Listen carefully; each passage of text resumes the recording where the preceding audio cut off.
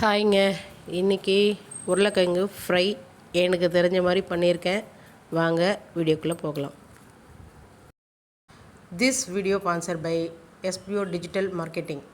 SPO digital marketing இந்த வேலை வீட்டில் இருந்தே பண்ணுற மாதிரி பார்ட் டைமாகவும் பண்ணலாம். அதே மாதிரி ஸ்டூடெண்ட்டு, ஹவுஸ் ஒய்ஃபு, வேலை தேடுறவங்க, அதே போல் மொபைலில் ஒர்க் பண்ணுற மாதிரி தான். நமக்கு சோஷியல் மீடியா பற்றியும் கொஞ்சம் தெரிஞ்சிருக்கணும். ஓகேங்களா? எந்த டைம்லனாலும் நீங்கள் ஒர்க் பண்ணலாம். அப்படி உங்களுக்கு விருப்பம் இருந்தால் இந்த நம்பருக்கு கான்டாக்ட் பண்ணுங்கள் வாட்ஸ்அப்பில்.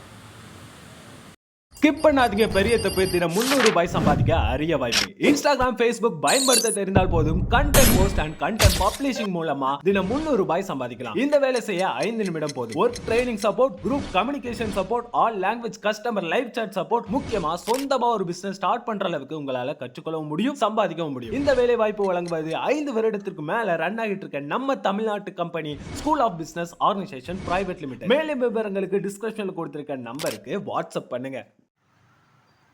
ஹாய்ங்க. இன்றைக்கி என்னோடய ஸ்டைலில் உருளைக்கிழங்கு ஃப்ரை எப்படி பண்ணுறதுதாங்க பார்க்க போகிறோம். பாருங்கள், தோல் சீவிட்டு உருளைக்கிழங்கு இந்த மாதிரி சின்ன சின்னதாக கட் பண்ணிக்கோங்க. ஏன்னா இந்த மாதிரி கட் பண்ணிங்கன்னா தான் நமக்கு சீக்கிரமாகவும் வேகும். அதேமாரி நல்லா உப்பு காரமெல்லாம் நல்லா கரெக்டாகவும் இருக்கும். நமக்கு சாப்பிடும்போது அந்த ருசின்றது தெரியாமல் போகிற மாதிரி ஆகிடும். அதனால் இந்த மாதிரி சின்ன சின்னதாக கட் பண்ணிக்கோங்க. வாங்க இப்போ தாளிக்கலாம். ஓகேங்க, தேவையான அளவுக்கு எண்ணெய் ஊற்றிருக்கேன். லைட்டாக கொஞ்சம் கடுகு போட்டுக்கலாம். கடுகு பொரிஞ்சிருச்சுங்க. இப்போ வெட்டி வச்ச உருளைக்கிழங்கெல்லாம் எடுத்துக்கோங்க. உருளைக்கிழங்கு எல்லாத்தையும் சேர்த்தாச்சு. இப்போ நல்லா கிளறி விடுங்க. கொஞ்ச நேரம் அப்படியே எண்ணெயிலே இதுவாகட்டும். எதுக்கு கடுகு போட்டோம்னா, இது வெறுமனே கூட தாளிக்கலாம். ஆனால் அங்கே வந்து இந்த சாப்பிடும்போது இந்த கடுகு மாட்டுறது, இந்த உளுந்து மாட்டுறது, அதெல்லாம் கொஞ்சம் சாப்பிட்றதுக்கே கொஞ்சம் டேஸ்ட்டாக இருக்கும். அதனால தான் கடுகு சேர்த்துருக்கேன். உங்களுக்கு பிடிச்சிருந்தா நீங்களும் சேர்த்துக்குங்க. ஓகேங்க, இப்போ என்னென்னா லைட்டாக கொஞ்சம் சால்ட்டு சேர்த்துக்கலாங்க. ஏன்னா வந்து நம்ம காய் வேகணும். அதே சமயம் லைட்டாக தான் போடுறோம் உப்பு. அப்புறமா தேவைன்னா கூட நம்ம போட்டுக்கலாம், பிரச்சனை இல்லை. ஓகேங்களா? இப்போ இதே அளவு சிம்லேயே வச்சு ஒரு 5 மினிட்ஸ்க்கு அப்புறமா நம்ம மிளகாத்தூள் தேவையான அளவுக்கு சேர்த்துக்கலாங்க. ஓகேங்களா? இப்போது லைட்டாக ஃப்ரை ஆகட்டும். அப்படியே எண்ணெயிலே சிம்லேயே வேக வைங்க. ஓகேங்களா? ரொம்ப ஹையில் வச்சிங்கன்னா அடி பிடிச்சிடும். அதனால் சிம்லேயே இப்படியே வைங்க. உப்பு போட்டு ஒரு 5 மினிட்ஸ் அப்பப்போ கொஞ்சம் கிளறி விடுங்க.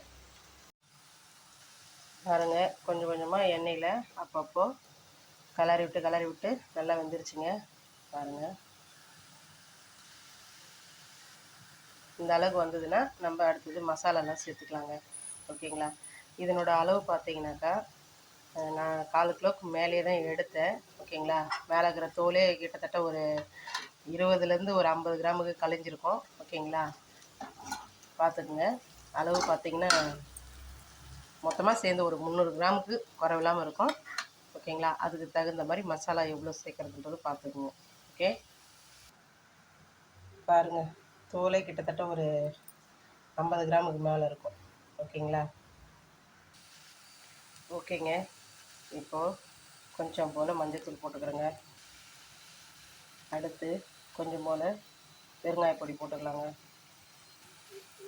அடுத்து பாருங்கள், இது வந்து ஸ்பூனில் பார்த்தீங்கன்னா 1 ஸ்பூன் போடலாம் மிளகாத்தூள். ஏன்னா ரொம்ப போட்டிங்கன்னா காரமாக இருக்கும், சாப்பிட முடியாது. ஓகேங்களா? இப்போது எல்லாம் சேர்ந்து மிக்ஸ் பண்ணி விடுங்க.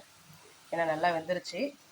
கொஞ்ச நேரம் ஒரு நிமிஷம் அந்த மிளகாத்தூளோட வாசனை, மஞ்சத்தூளோட வாசனைலாம் போகிற அளவுக்கு எண்ணெயில் நல்லா கிளறி விட்டுருக்குங்க. ஓகேங்க, ஃபைனலாக மிளகாத்தூள் எல்லாத்தையும் சேர்த்து நல்லா கிளறி விட்டாச்சு. உப்பு கொஞ்சம் கம்மியாக இருந்தது, உப்பும் கொஞ்சம் லைட்டாக சேர்த்துருக்கேன். ஓகேங்களா? பாருங்கள் எப்படி இருக்குன்னு. நீங்களே ட்ரை பண்ணி பாருங்கள் எப்படி இருக்குன்னு. டேஸ்ட் பார்த்துட்டு செஞ்சு அதுக்கப்புறமா கமெண்ட் பண்ணுங்கள். வீடியோ பிடிச்சிருந்தா லைக் பண்ணுங்கள், ஷேர் பண்ணுங்கள், கமெண்ட் பண்ணுங்கள். மறக்காமல் என்னோடய சேனலை சப்ஸ்கிரைப் பண்ணுங்கள். மறக்காமல் பெல் ஐக்கானும் தட்டிட்டு போங்க. அதே மாதிரி இன்னொரு விஷயம் சொல்கிறேன். இந்த பொரியல் வந்து நம்ம லெமன் சாதம், தயிர் சாதம், சாம்பார் சாதம், எந்த சாதத்துக்குனாலும் வச்சு சாப்பிட்டுக்கலாம். ட்ரை பண்ணி பாருங்கள். ஓகே ஃப்ரெண்ட்ஸ், நெக்ஸ்ட் வீடியோவில் பார்ப்போம்.